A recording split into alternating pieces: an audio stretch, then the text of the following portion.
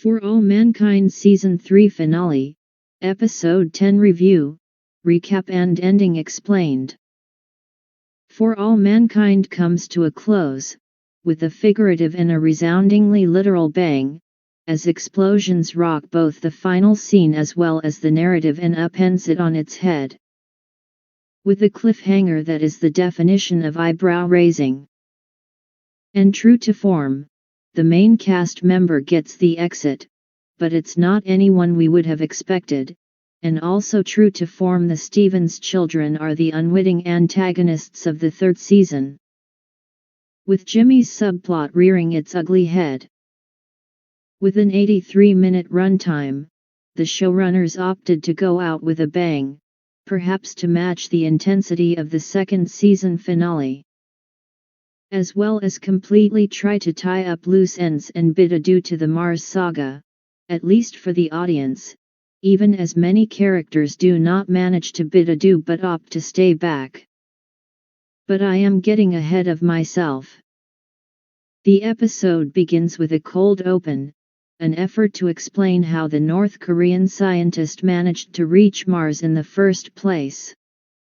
As the intertitle suggests, he is, by all accounts, the first man on Mars.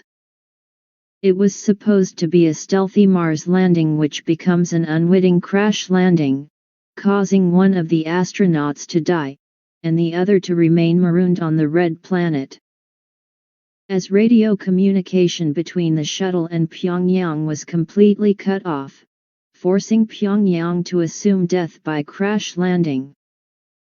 The result is Lieutenant Lee Young-sil, C.S. Lee, being marooned, dutifully contacting his home base back on Earth, burying his fallen colleague in the sands of the Red Planet, and finishing canned foods for sustenance.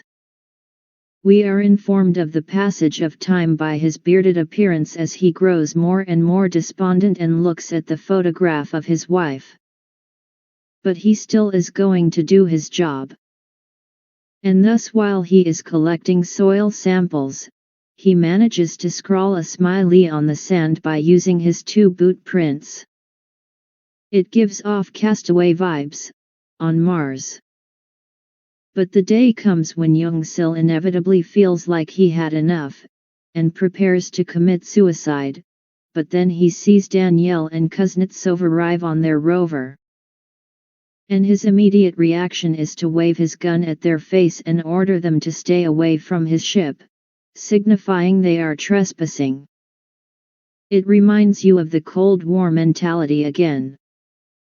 Back at Blue Planet, at the White House, recently come out of the closet President Ellen Wilson scans the newspaper's incendiary headlines.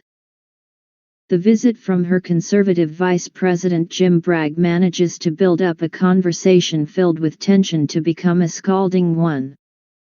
It reveals that talks of impeachment of Ellen are gaining traction, and according to the VP, she can spare herself and her party the humiliation by resigning.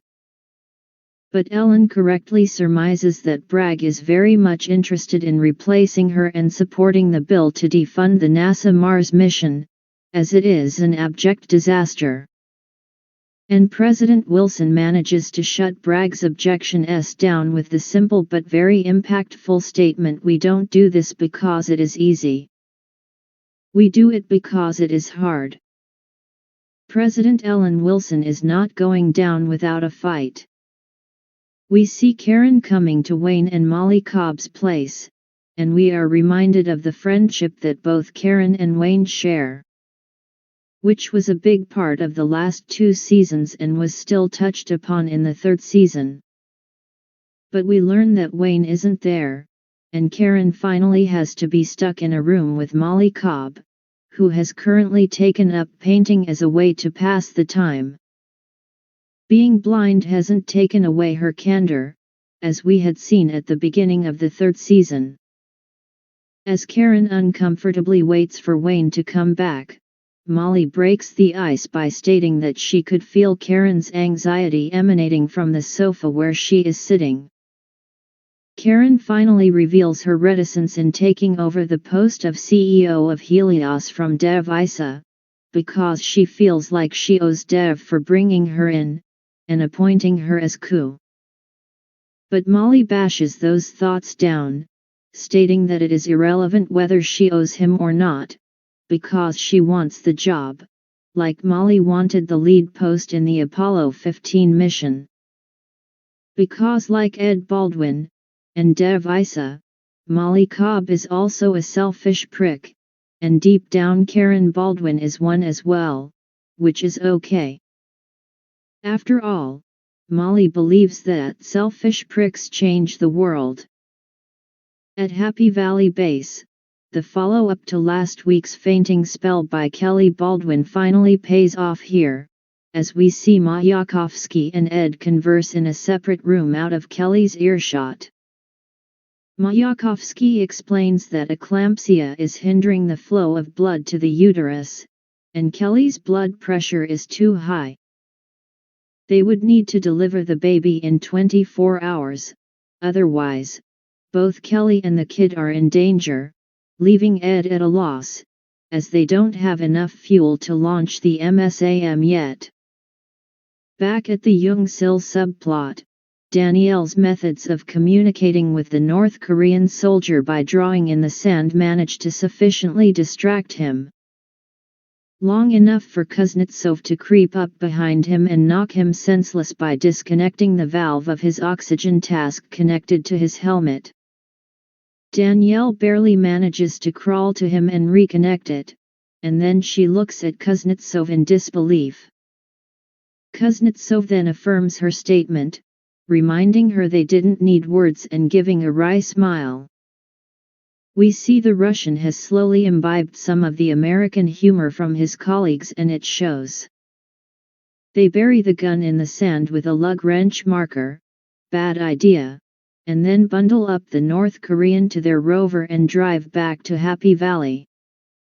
Resuming contact with the base and informing them that they had acquired the Kurs system, but they also have a surprise gift. The conversation between Ellen and Mikhail, presumably Gorbachev, is also a revealing one, if not the most important. It however manages to show Gorbachev's friendship with the president, as shown by him asking subtly about her political troubles. At the Johnson Space Center, Margot Madison is currently under enormous pressure. Her meeting with Lenora Kadek, the head of Roscosmos, informs Margot that due to information received by a Russian asset inside the Justice Department, they have come to know that Margot is being investigated by the FBI as someone is talking to them. On asking about that person's identity, Kadek reveals that the FBI is talking with Aleida Rosales, which feels like incomplete information if the events of the last episode were any indication. But apparently, the damage was enough, because the FBI is making preparations to organize an arrest very soon. Kadek offers to help Margot, reminding her that she would get arrested if she did not take any action. The rest of the conversation isn't shown, but knowing what happens in the final moments, we do have an inkling of what they planned.